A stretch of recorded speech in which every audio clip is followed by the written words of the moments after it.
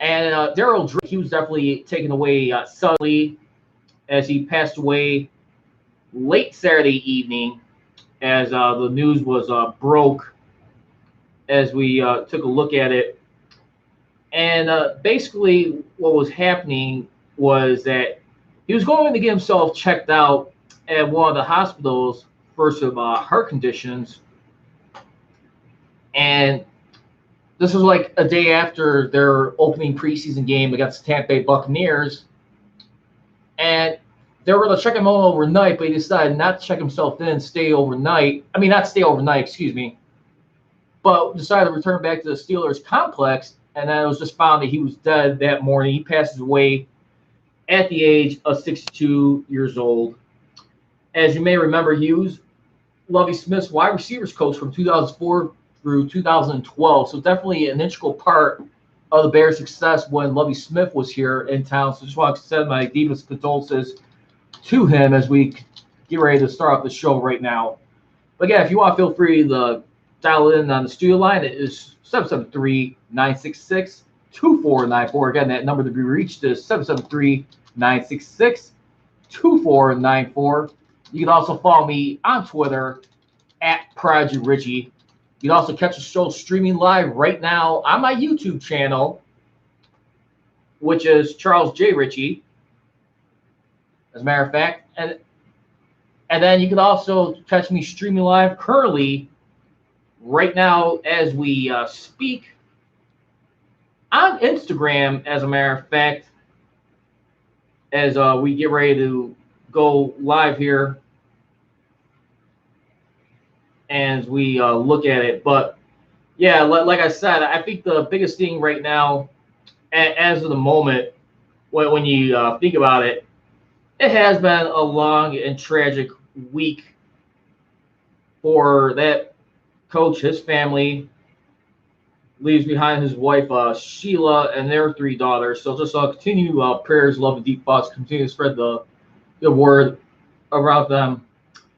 But as of right now, as we get ready to get into it live here at the CSR studio, one of the biggest things that stood out yesterday, too, is we're in week number 2 of the preseason. Chicago Bears, they fell last night to the New York Giants. As we take a look at everything right now, we're checking off as we look at it at this point in time. Chicago Bears, I think, did somewhat of a decent job. I mean, it wasn't too ugly of a score. They lost by about 13 points last night. But I think the biggest highlight of the night was when you look at their backup quarterback for the Chicago Bears. There was a play where a fumble was happening. It was a bad snap. It looked like it was a wild snap.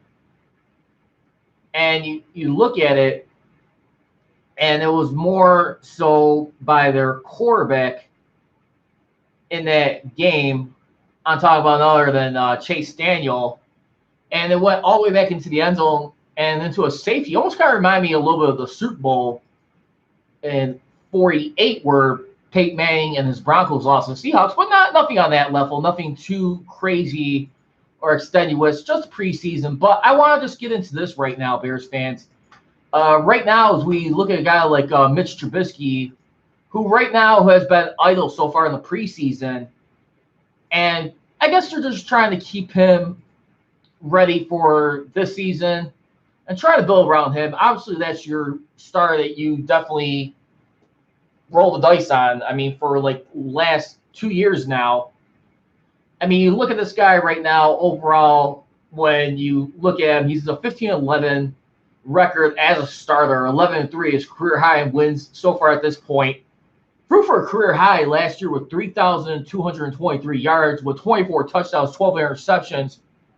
I mean, when you look at those numbers, I mean, that's pretty much good enough, like back, like say 15, 20 years ago, where quarterbacks would just do enough to be considered a game manager at that point in time.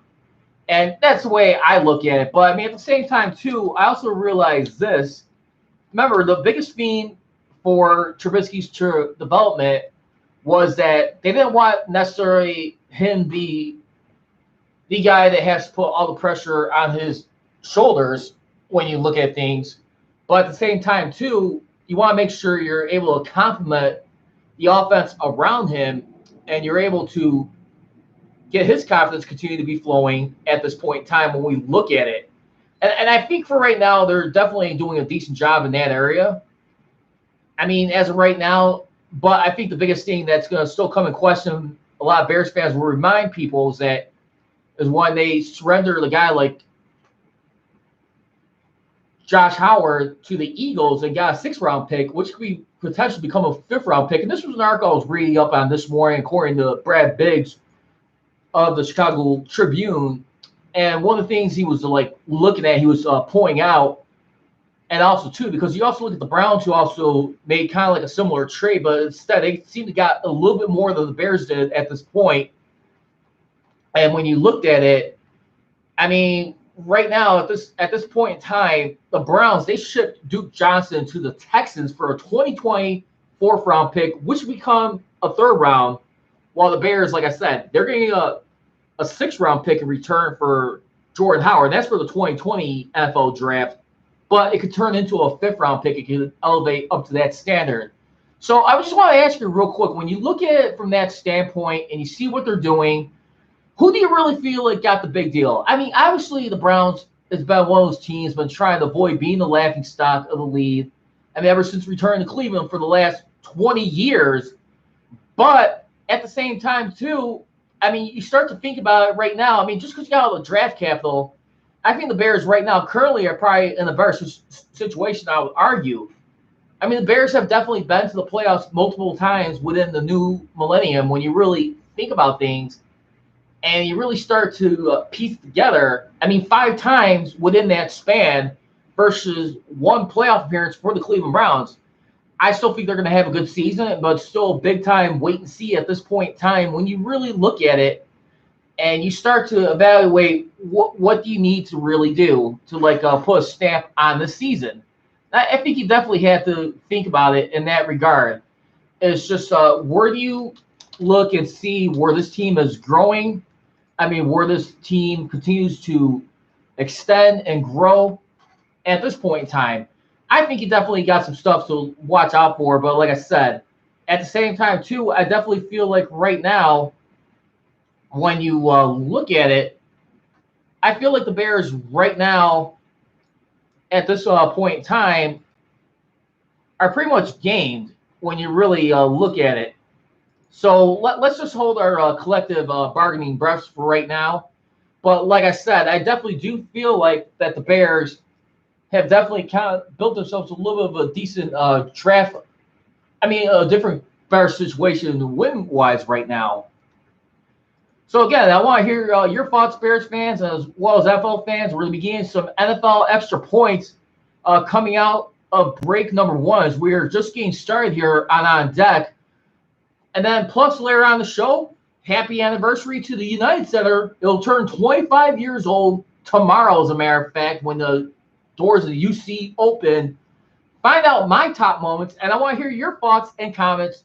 What do you feel like was the top moments? Who really owned that as far as like sports accomplishment? Obviously, the Chicago Bulls will jump out on mine, but I do feel like the Hawks had just as much a good run. I think the Chicago Bulls was just a little bit more short-lived, in my opinion. Did have a nice second-half dynasty run in that. Saw the return of Michael Jordan eventually later on in his career.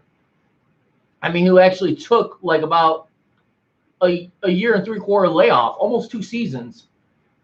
So again, we're just getting started here on this edition of On Deck with me, Charles Perez Ritchie.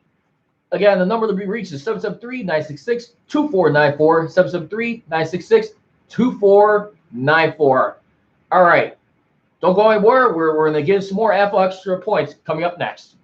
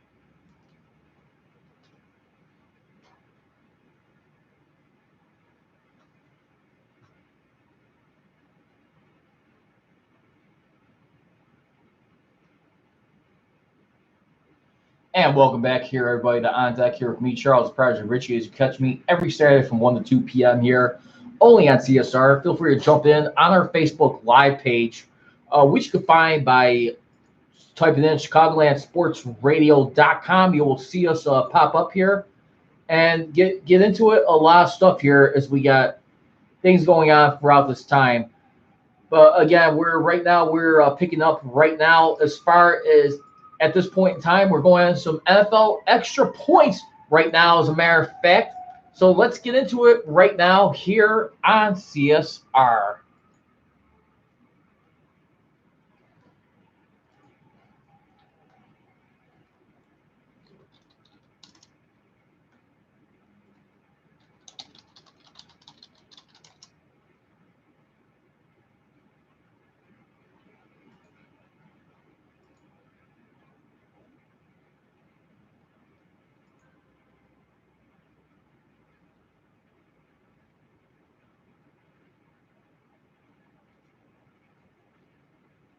And this music is brought to you by Lofton Scores right now, who is the creator of this instrumental content. I do not own the copyrights to this, but just want to say right now we're getting some NFL extra points at this point in time right now.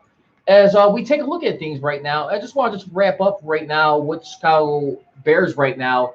Do you guys feel like the game plan right now with Mitch Trubisky and what they're doing, with him hardly playing any preseason snaps, it's going to make them better? And so far, I mean, they've been liking what they're seeing. They feel like they've been in a phenomenal place, according to Matt Nagy, when you really look at it and what they've been trying to do to get the growth. And also, too, as like year number 2 in his time in the NFL as head coach. I mean, at this point in time. Also coming up later on, we are going to be having, joining us here live on the phone at 1:40 p.m., be having host of the Fight League Report. I'm talking about none other than Sean Lennon. He's going to be joining us here at 1:40 p.m. He's going to be previewing UFC 241 tonight. That's going to be live in the Honda Center in Anaheim, California, as we take a look at it. And that's going to be the biggest rematch from like about a year ago, as Daniel Cormier looks to defend his heavyweight title against Stipe Miocic. More likely, if he wins his title, I mean, still weighing in his decision as far as like where his MMA career is going to go. But more people are thinking if he wins this, it'll be a clear path to getting in there against John Jones for a trilogy match. It seems like they want to fight at light heavyweight versus heavyweight. So let's get into it right now. So NFL extra points here. Josh Gordon, who has actually been reinstated into the league on a conditional basis, according to the commissioner of the NFL, when we look at it. And this is a guy who's been having a lot of addiction problems for, I want to say, like the last 5-6 years. Seemed to be overcoming a lot of major setbacks within that time. And a guy that commissioner is pulling for, and people in the league and the players union who's been showing him a lot of support lately at this point in time when you really think about it at this situation. But like I said, I think it's definitely right now where they feel at this point in time is just that, I mean, listen, they want to be right now, it's going to be on a conditional basis. And at the same time, too, I mean, when you really look at it, according to Ian Rappaport, who actually released a statement from Commissioner Roger Goodell at this point in time, this is what was said, is that they notified Josh Gordon of the New England Patriots that he will be reinstated to the NFL on a conditional basis, being the key word. Effective Sunday, Gordon may rejoin the Patriots to attend meetings and engage in conditioning work and individual workouts. Subject to appropriate progress on clinical care and other arrangements, he will be permitted to participate in team activities, including practice, because he will not have had sufficient conditioning and practice time. However, he may attend but not play in the Patriots Thursday, August 22nd game. We're all rooting for Josh to succeed, both personally and professionally, said Goodell. Everyone shares in that hope and will continue to support him to every extent possible. But as Josh acknowledged, ultimately, his success is up to him. Gordon has been suspended indefinitely since December 2018 for violations of the NFLPA policy and program for substances of abuse. Keep that in mind. Yeah, I definitely feel like right now, I mean, when you look at this, I mean, for like the substance abuse that he's had to go through, I mean, it's a dark, world right there where people are involved in that, trying to get off addiction. That's a real thing right now. And I definitely hope and pray that he's able to get himself in a better spot in his life when you really look at things at this point. But for right now, we actually had a comment here in studio.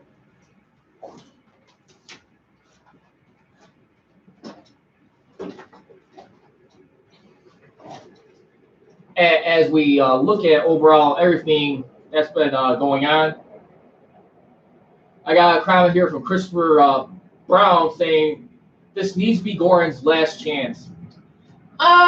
Yeah, I guess you could say that. I mean, I wouldn't want to say I want to nullify him of having any more opportunities, but when you hear the statement from a guy like Roger Goodell, obviously a lot of people are taking note. They're watching what he's been doing at this point in time. It's a sad situation to be involved in, have himself in a situation like this to begin with, first of all. But at the same time, too, you also look at it like this. I mean, if you got the commissioner right there and the NFL Players Union give you support, I mean, that's still pretty much all the love you can get right now and understanding for what he's going through. I definitely feel like for right now, at this point in time, he has to be a more self-disciplined at this point in time. Realize what you have, but at the same time, as you always say, nothing is ever promised to us at that point in time. When you really think about things. But I will say, Josh Gordon, like I said, let's face the reality. He's been inconsistent for the last 5-6 years. I guess due to some darker demons that he has encountered along the way. I don't know what else to say for right now about that. But again, at this point in time, he definitely needs all the prayers, love, and support he could get at this point in time. I mean, the Patriots were nice enough to honor him with a Super Bowl ring, even though he was not part of the playoff roster last year, obviously. They still viewed him as an integral piece to that team.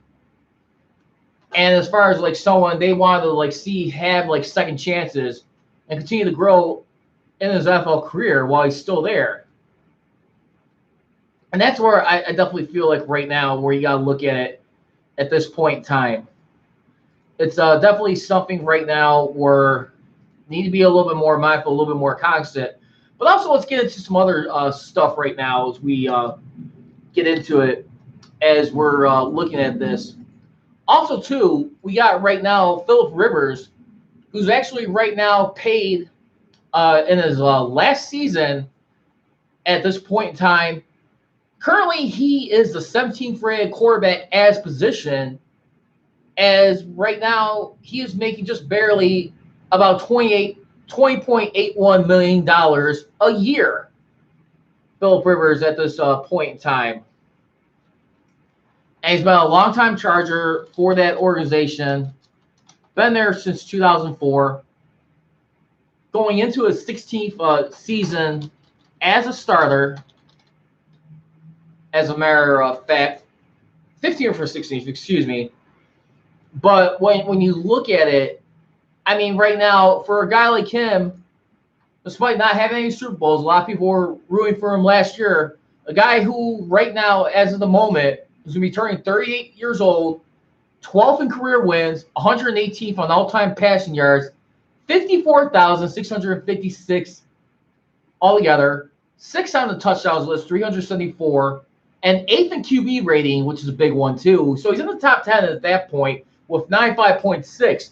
But I will ask you, a guy who's also challenging right now is trying to get his money, him and his running mate, Melvin Gordon, who's in the final year of his rookie deal, making $5.61 million for this year, which also counts towards the Chargers cap. So let me ask you this. Who do you think will get their money first as far as in that regard, when you look at those guys at that point in time, will it be Philip Rivers, or will it be Melvin Gordon at that point in time? Listen, on deck on CSR with me, Charles Pride Ritchie, and now let's get ready to spot the scoreboard update.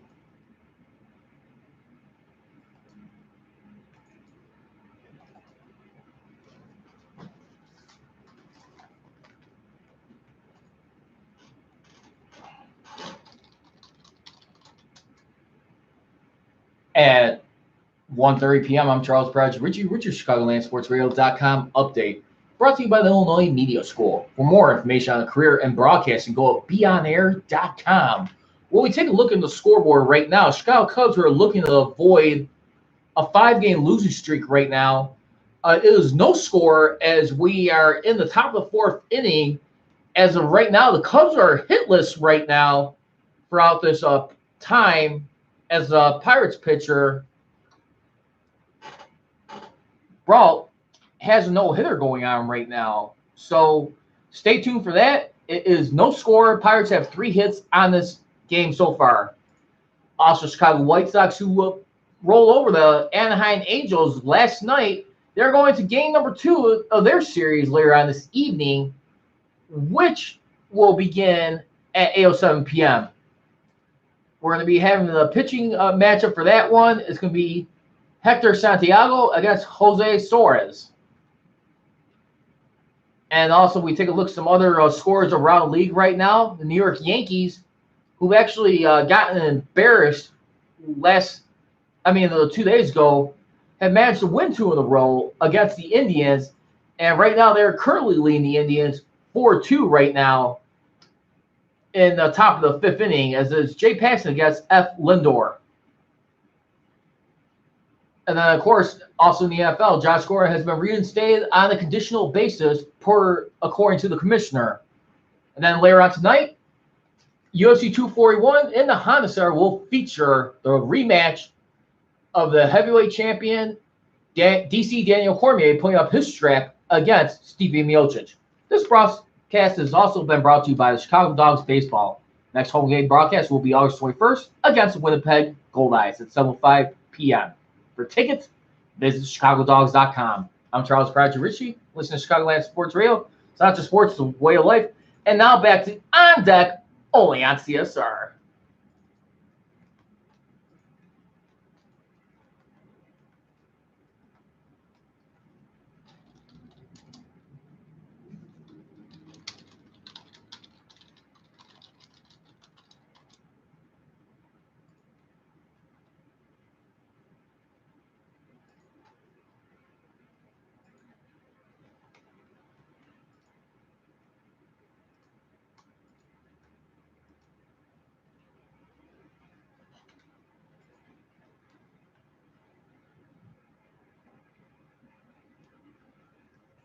And welcome back to CSR's On Deck, and happy anniversary indeed tomorrow, as it will be officially 25 years since the UC opened here in Chicago. And of course, you have the Chicago Bulls, who won their second half of their three-peat within that span. A lot of people would argue they'll probably still be the dominant team. You had the Michael Jordan statue right there and a lot of things overall at that point in time. But when you really look at things as far as with that point in time, Chicago Blackhawks have also been relevant within that span. When you really take a look at things, I mean, as far as like when you look at it, we'll get into this a little bit more, but what are your top 3 moments? I'll probably have to obviously say the 1997 championship and 96. Those back-to-back years were before they won their 3rd and final championship of their last three-peat, when Michael Jordan came back after being missing in action from a championship in 3 years.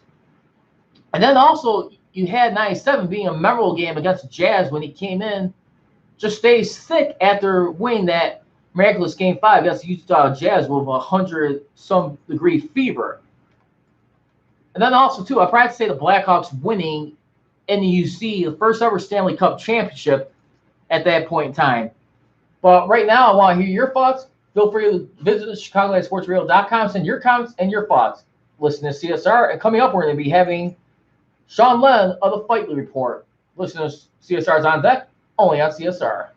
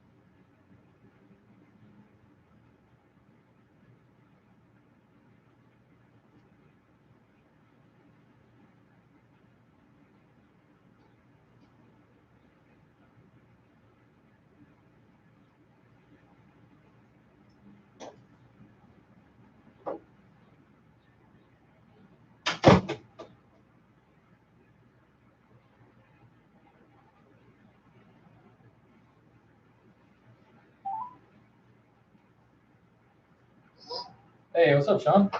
Good, man. How are you? Good. Just about 3 minutes coming back out of break. Okay. Hey, so like I said, I'm only gonna have, like I said, we're just doing the last segment of the show here. I've only pretty much just got like an idea, like in the co-main event. Whereabouts you want to expand on? Does that sound good? Yeah, we can talk about the main event. There's also a good fight on another card.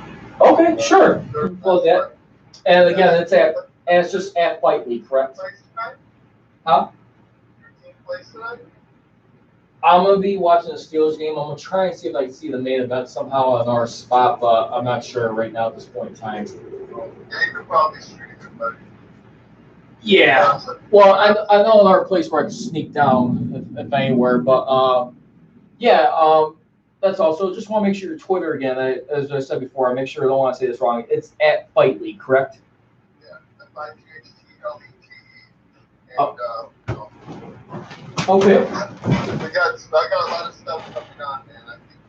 I think I'm probably gonna leave Chicago and we'll see. Because I don't even know who's in charge now. Because I want to come back in a couple weeks, but I don't know who's in charge. I would just say, just stay tuned. I'm sure they're actually going through applications right now as we speak. Did you apply? I gave it a shot. We'll see what happens. Oh, you did? Yeah, they're taking up resumes right now as we speak. But yeah, so we pretty much got like about a minute right now before we come out. Okay. All right, cool. Well, just introduce me, man. I'm here. Okay, let me just place on the brief hold. Okay, just main silence with me just for 1 minute. Okay. Yeah, Thanks a lot.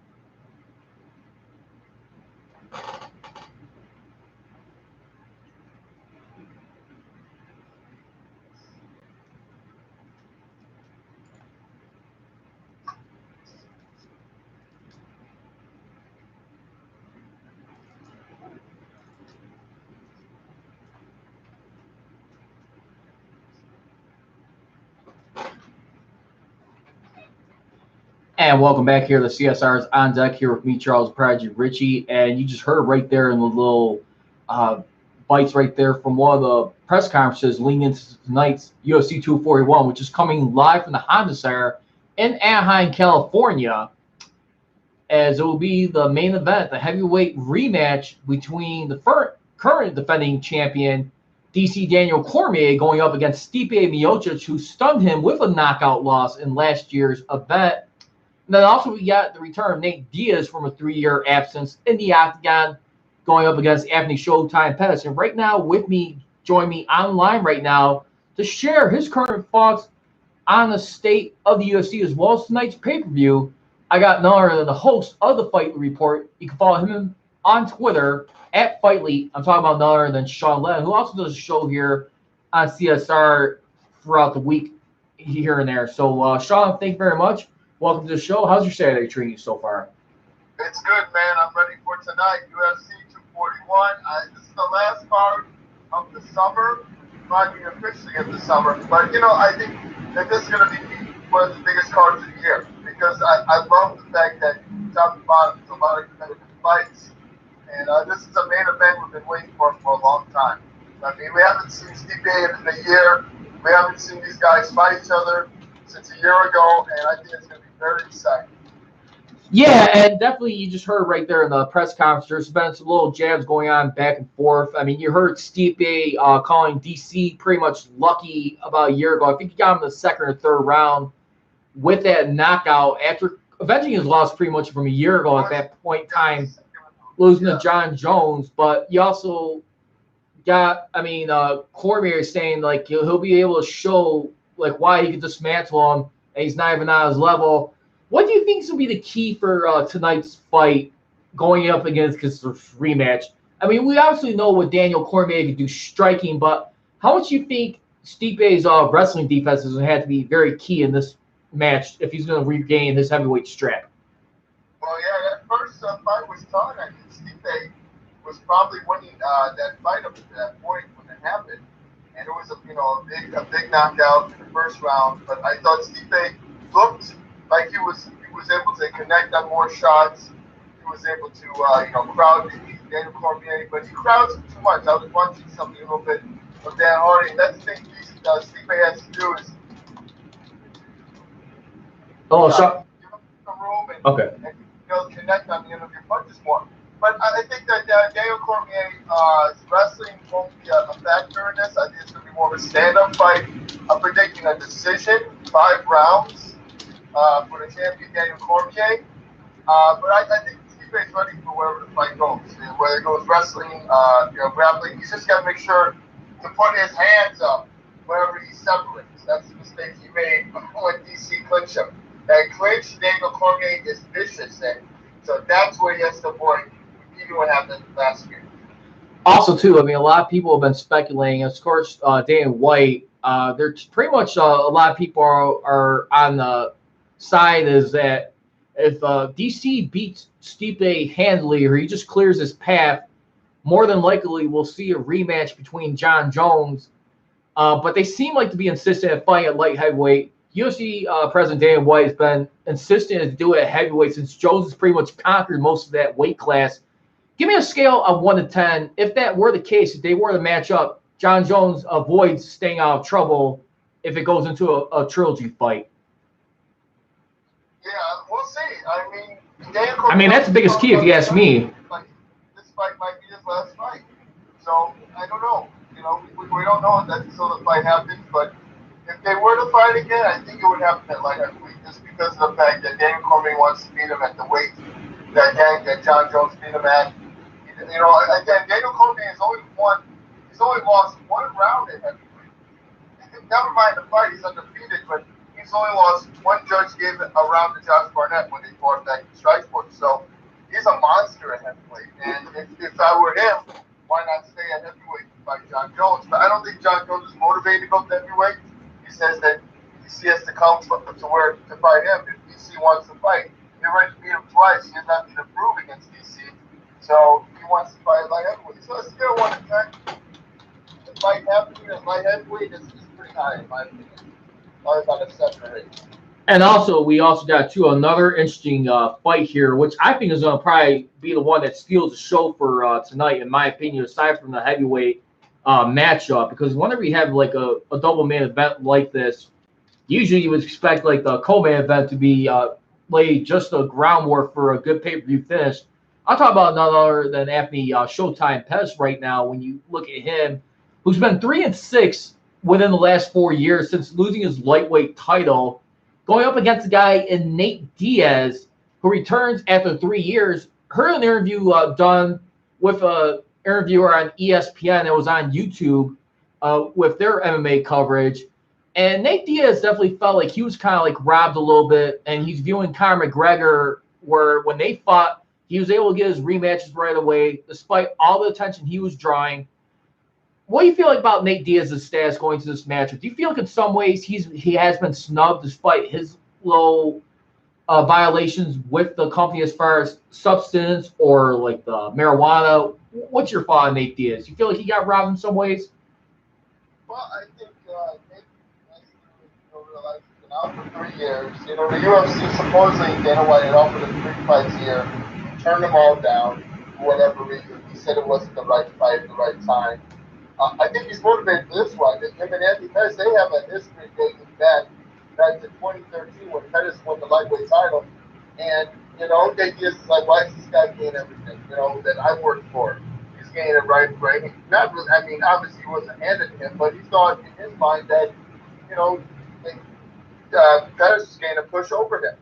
And listen, he didn't win the key fights in Diaz to put himself in that position to win the title. So there's a lot of animosity between the two. And it dates back to like 2013. They had a run-in at a nightclub in Vegas. We heard they almost got into a fight. They almost got into it. And we know there's jealousy on his behalf. But now Nate Diaz, he's a megastar after the Conor fight. So, I don't know if it's warranted at this point. I'm just excited for this fight. These two are going to go to war, man. They're so scrappy. I don't think this fight is going to go to the ground. It's not going to be a grappling match. This is going to be a stand-up fight. Fireworks are going to happen early on. And for Nate Diaz, man, I think he should be happy to be in a position he's in. Because if he wins this fight, he might soon face Conor McGregor in a trilogy fight. But yeah, Diaz feels snubbed, especially when, he was fighting Conor and he was supposed to fight Poirier. He walked up on the press conference a year ago. So, it happens. Obviously, you can't please everyone if you're the UFC. Even the biggest stars like Nate Diaz. Once again, we're being joined by the host of the Fightly Report, talking about none other than Sean Lennon. He can be followed at Fightly. Make sure to check out his podcast on social media, on Instagram, Facebook Live. You can follow him at Fightly. Also, too, you also mentioned going into this chat, though, too, there's a big prelim that you wanted to point out to that someone should be able to pay attention going into this main card real quick. Can you expand a little bit on that one? Well, this is not a prelim. It's on the main card. It's Paulo Costa, and this is prelim is what happens on 3 on 5. But there's some good prelim. Obviously, Yako's close. Sun South Sandhagen, which could be the next number 1 contender for the bantamweight division, 135 pounds, and Smith versus Worthy. Those are all 3 great prelim fights to your attention. The fight I wanted to focus on was on the main card, Paulo Costa, Joel Romero. We haven't seen Joel Romero fight in over a year since he fought at UFC 235 in Chicago. I'm excited for this one. This fight's been supposed to happen months ago, and they're still, we're still trying to make it. It's finally going to happen. Paulo Costa's 12, and looking to become 13-0. He is a beast. You're right. Knocking down Uriah Hall. And it's been a while since we've seen both guys fight. They haven't fought since summer 2018. Very anticipated fight, man. Injuries, kind of plagued them, and the fight didn't happen when it's supposed to, but it's finally happening. Young guy versus Joe Biden and Romero, and young guy in Costa. And I love Costa by knockout in this fight, man. He's as vicious as they come. And I just feel like that Joel Romero this time is over with being in the defense of the UFC. Like being not, I'm saying being a top contender. I think have this time, it's time for Costa to climb. Step to that step too. And speaking of being at the center of attention right now, we got another star right now. As you know, the UFC features the best of the best, but this guy's been on fire too especially with his war with Conor McGregor. Another guy I think you could say Conor helped put over, but he's definitely earned his right. He's been drawing a lot of comparisons to GSP. I'm talking about Khabib Nurmagomedov right now, who's actually about less than a few weeks away from their main event in UFC 242, which you point out is be at 1 p.m. in the afternoon, going up against interim champion Dustin Poirier. And we heard a couple of comments leading into this fight. I mean, Khabib seems to be concerned about his teammates, his other fighters fighting. He admitted a little bit, like if his guys doesn't do well, it's kind of hard for him to focus a little bit. How much do you think when you look at a guy like Khabib, is he making a mistake right now? Do you think he's showing any signs of mental weakness where his fire could be put out a little quick in this sport? I don't think so at all, man. Khabib is never. I mean, the first round he lost was in the title fight with Conor McGregor. In a fight, like I think he took that round off. Like in sparring, the guy many years never lost a round. Not even sparring, not even in a fight. So I feel like that. No, mentally, I think he's ready because this is going to be very familiar to him. He's in Abu Dhabi, which isn't far from where he is in Kentucky. Where he's from in Dagestan. A lot of his family, his relatives are going to be able to see him fight, including his father, who can't come to the U.S. He's never seen him fight in the U.S. So I think it's as comfortable as he could be. For Dustin Poirier, however, it's not as comfortable for him. He's American coming overseas. He's basically on Khabib's home turf. So, mental standpoint, Khabib is 100% ready to go. In my opinion, I don't see any signs of him, falling through the net case. But for Dustin Poirier, he's a mentally strong guy. But, anything can set you off, especially when you go overseas like that, man. It's a different beast. All right, Sean. Well, I gotta let you go real quick, but one final thought I wanted to see if you wanted to plug any projects you got currently working on that's in the works right now in the making. Aside for your fight report, anything you can tell us right now as surprise you want to keep our audience informed on. We're gonna have a lot of stuff to announce in the future, but I mean, just check out our YouTube channel. We're always doing Skype interviews on there now. A year ago, we weren't doing these, and so the YouTube channel is way more active than it's ever been. We have they have a lot of content that's going to be posted. It's in the queue. Stuff from the local events that I attend. We want to get back to doing more gym interviews, but with football season and everything, it's kind of tough. You know what I'm saying? To get out there to gyms and stuff. But we're going to look to do that towards the latter part of the year, get to more gyms and have more gym interviews. But yeah, man, please follow me, subscribe to Apple Podcasts, my report. And I might set up a Patreon in the future for people. I don't know if you're familiar with that, but I encourage everyone to do that. So that's something I'm looking to myself. But yeah, please support us. We're going to be doing a 5-year anniversary for the show in early September. First week of September, we're going to be doing some giveaways, some t-shirt giveaways. So that's exciting, man. I mean, 5 years I've been doing this. I love doing it every day. I love to talk about MMA. I love sports in general. I mean. So, yeah. I mean, football as well. So. Well, I tell you what, we're gonna have to cut it to a close, but I may have to disagree with you a little bit about having a little tougher time getting MMA interviews during football season. Trust me, whenever you got two physical sports happening about the same time, you also got hockey in there. I'm sure we can still fit room into like MMA interviews. Sean, just want to thank. Yeah, I mean, I'm actually going to be doing a flag football team. That's why. Cool. For a while, but I'll probably do it towards like November. I'll start getting some gyms again, start doing more on-site projects each other. But we're covering events, and I recommend everyone into local MMA. HFC, their 40th coming September 20th. Morrison Casino main event is Josh 33rd. Okay. And my Del Vega, you won't hear me stop talking about it. It's a great main event. You've never been to an MMA event. Hey, Sean, we got to get out here. We're actually running short of time, but we'll definitely catch up to you down the road, okay? You have a good one, man. Enjoy the fight, man. Ladies and gentlemen, Sean Len, the Fight Report. Thank you very much for joining me here, Sean. Follow him once again at FightLeap. As always, leave you. Don't be trolling. Be rolling. Tune in to CSR's on deck every Saturday from 1 to 2 p.m. Don't be trolling. Be rolling. We gone.